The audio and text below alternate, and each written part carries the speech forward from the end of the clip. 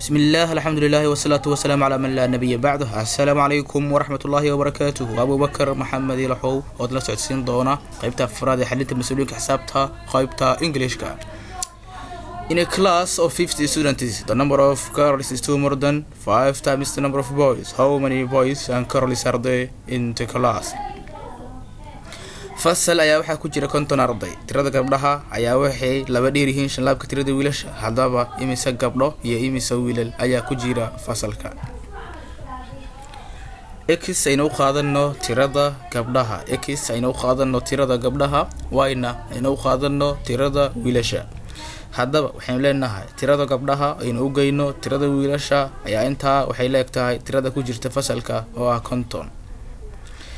maadaama tirada gabdhaha ay haayeen ay laba dheeraayeen shan laabka tirada wiilasha waxaanu leenahay x oo tirada gabdhaha ayaa waxay leegtahay ama waxay leeyihiin shan laabka tirada wiilasha oo lagu daray laba.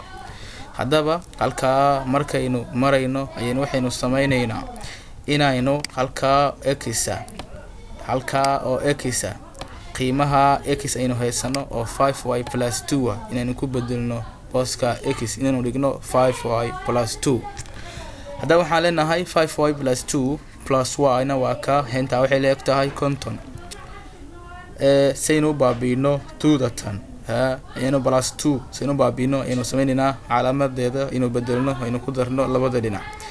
hadaba waa ka +2 halka waxaan ku darnay -2 halkaana waxay ku darnay -2. haddaynu fududeyno 5y + y waxa ku soo baxaya 6y. 6y marka waxay leegtahay labadaana waa isla bixeen. haddaynu konton ka jirno labana waxa soo baxa waa 48. hadaba saynu helno y horay argalaha y aynu u qaybinaynaa labada dhinac. halkaan waxaan u qaybinaynaa 6 halkaan waxaan u qaybinaynaa 6. hadaba 6 iyo 6 markii la soo qaybiyo waxa soo baxaya 1 markii lagu dhufto y-na waa y. marka y waxay leegtahay 48 markii loo qaybiyo 6 waxa soo baxaya waa 8. haddaynu u qaybino hal hoosayana lama qoro marka y waxay leegtahay 8. hadaba y waxaynu u qaadanay tirada wiilasha ee ku jira fasalka waxaan haysanaa inay yihiin 8. waxa ku soo haray inaynu helno ama inaynu raadino tirada gabdhaha ee ku jira fasalka. hadaba waxaynu qaadanaynaa selectata ayaynu qaadanaynaa oo ah x = 5y + 2. hadaba x = 5y + 2 markaynu soo qaadano ayaynu 8 waxaynu ku bedeli doonaa booska y ayaynu waxaynu dhigi doonaa 8 waxaynu ku dhifanaynaa 5 waxa soo baxaya 40 waxaynu ku daraynaa 2 waxa soo baxaya 42.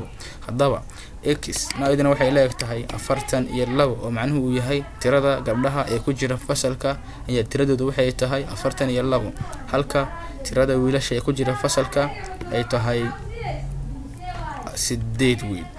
hadaba waxaanu leenahay marka si aanu hubino ayaynu 8 waxaanu ku daraynaa 42 waxa soo baxaya tiradii ay haayeen ee ah konton.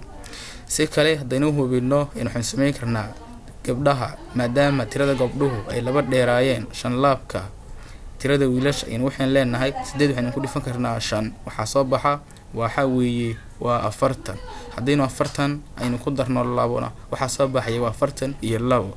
haddaynu 42 u geyno tirada wiilashana waxa soo baxay waa konton.